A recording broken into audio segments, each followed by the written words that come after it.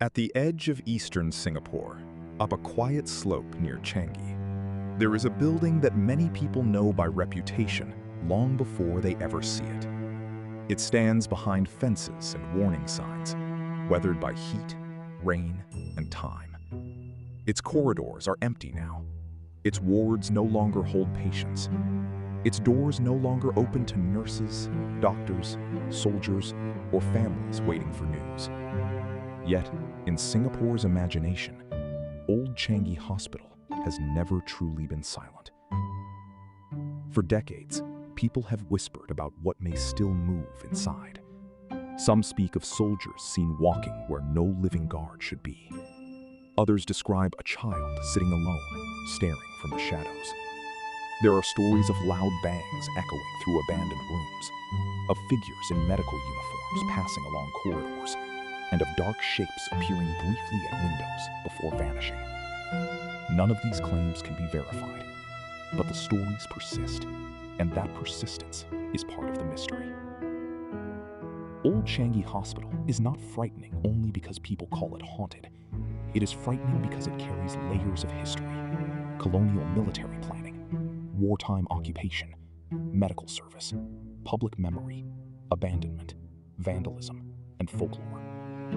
To understand why this hospital became one of Singapore's most famous ghost stories, we have to begin not with the ghosts, but with the hill.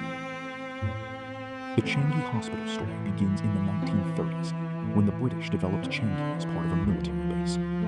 Changi General Hospital's heritage timeline traces its legacy to 1935, when the British Royal Air Force Hospital was built at Changi as part of the base's welfare facilities. Other historical accounts identify the surviving buildings with the former Kitchener Barracks, especially blocks 24 and 37, associated with the Royal Engineers of the British Army. Before Old Changi Hospital became a horror landmark, it was part of a strategic military landscape. Changi was not merely a faraway coastal district. It was a defensive zone, a garrison area, and later an Air Force environment shaped by empire, war, and aviation. The hospital's location on a hill was practical and symbolic. It was close to military facilities, surrounded by greenery, and overlooking the eastern waters. For patients and staff, it may once have felt less like a haunted ruin and more like a place of recovery. That is one of the most important contrasts in this story. The building that now appears in ghost hunting videos and urban legends was once a working medical institution. It had wards, operating theaters, an X-ray room, dental clinics, a maternity wing, a pharmacy, and other facilities. People did not come there because they wanted fear. They came because they needed treatment, rest, care, or childbirth. The horror reputation came later. In 1942, Singapore fell to Japanese forces. Changi became one of the most painful names in Singapore's wartime memory. The Changi area was used in connection with prisoners of war, and Changi General Hospital's heritage timeline records that Changi Naval Base became a prisoner of war camp during the war years. Popular accounts of Old Changi Hospital often connect the site to the Kempe time, the Japanese military police, whose brutality during the occupation is widely remembered. Some stories claim that parts of the hospital compound were used for interrogation and torture. Because these claims appear most often in popular and paranormal retellings, they should be approached carefully. Still, whether every specific rumor is historically proven or not, the wider context is undeniable. Changi was a landscape marked by imprisonment, suffering, and the trauma of war. This is where the ghost story begins to gain emotional force. Buildings do not become haunted in the public imagination simply because they are old. They become haunted when people believe that something unresolved happened. In Changi, history already contains enough darkness to fuel the imagination. The empty hospital becomes a screen into which later generations project fear, pity, curiosity, and grief. When people say they feel uneasy in Old Changi Hospital, they may be responding to more than peeling walls and broken windows. They may be sensing the weight of a district where the past has not fully disappeared. As one account of a Changi ghost remembered, the past is very close to the surface in Changi. After the war, the hospital resumed its medical work. The site became RAF Hospital Changi, serving military personnel and families in the post-war years. Later, as Singapore moved toward independence and British forces gradually withdrew, the hospital's identity changed again. In 1971, it became ANZK Hospital, serving nurses from Australia, New Zealand, and the United Kingdom. It was later known as UK Hospital, and eventually Changi Hospital. In 1976, the Ministry of Health took over the hospital, and Changi Hospital was officially formed on the 1st of July that year. Its services gradually extended beyond military personnel to members of the public. For people living or working in the East, the hospital became part of ordinary life. It was not merely a relic of empire, it was a functioning Singaporean medical facility. Yet the physical layout was never ideal. Accounts describe separate blocks divided by slopes and hills, making movement between departments inconvenient. In a modern healthcare system, efficiency matters. In 1997, Changi Hospital ceased operations and merged with Toa Payoh Hospital to form what became Changi General Hospital at Simei. That closure changed everything. A hospital is built around human presence. Its meaning depends on movement, footsteps, voices, machines, beds, trolleys, emergency calls, and lights burning late into the night. Once those things vanish, the same corridors feel transformed. A place designed to preserve life becomes a place people enter only to test their fear. After 1997, the hospital building stood vacant. Trespassers, vandals, thrill-seekers, and urban explorers began entering the site. The walls collected graffiti. The rooms collected rumors. Over time, the name Old Changi Hospital became less a description and more a warning. Modern articles repeatedly describe the compound as restricted, and visitors are warned not to enter without permission. This matters. The real danger at abandoned places is not always supernatural. It can be unstable floors, exposed metal, broken glass, darkness, wildlife, security enforcement, or simply getting lost in a building not meant for public access. Any documentary about Old Changi Hospital should say this clearly. The legend is fascinating, but trespassing is not worth the risk. Still, the restricted nature of the site only strengthens the myth. People feel more secure than anyone safe. The gate is without restraint. The right entrance says, whatever is inside is not especially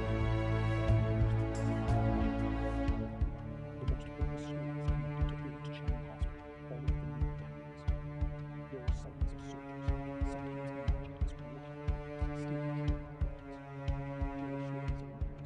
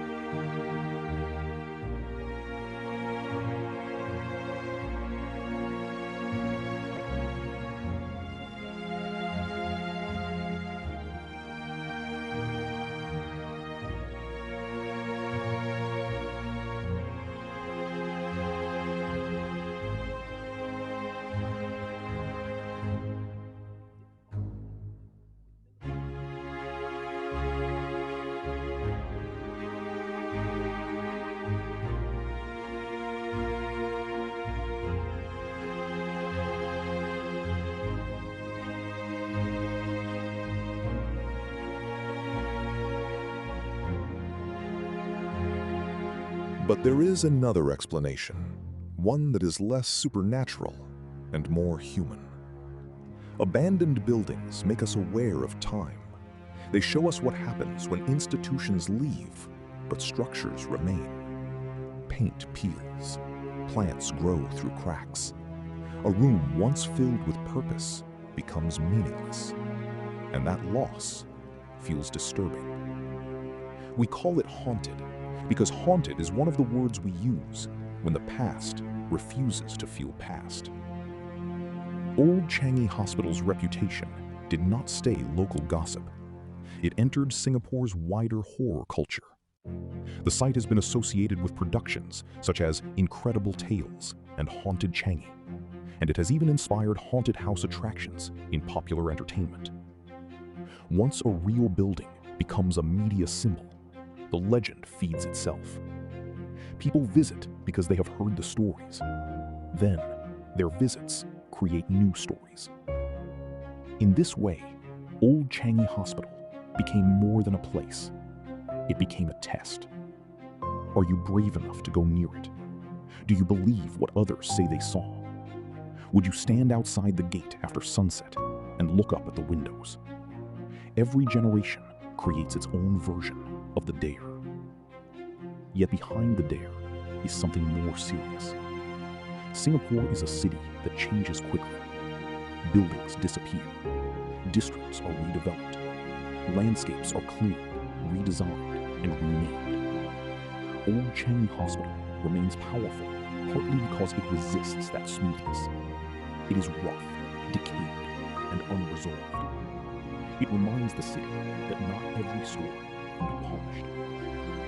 In 2021, a proposal connected to an SLA and URA competition suggested transforming Old Changi Hospital into a stargazing observatory and aviation viewing deck. The idea is striking. A building long associated with darkness might become a place where people gather to look up. A site known for fear might become a place for wonder, memory, and wonder. Whether or not that specific feature fully belongs, the idea changes how we think about the hospital. Perhaps Old Changi Hospital does not have to be a ghost story. Perhaps it is also a story about how cities grow. The same building holds so many people, juvenile patients, flirting teenagers, but not even death can ever replace life. But legends do not disappear. Ghosts eventually find new ways to survive. They live in routines. They live in the cities of more safety. They live in the halls where the screams they say didn't happen. So, is Old Changi Hospital haunted? The honest answer is that we do not know. We have history, and we have rumors. We have records, and we have fear. We have a real hospital that closed in 1997, and we have a legendary hospital that never closes at all. Maybe the figures people report are only shadows, wind, reflections, and imagination.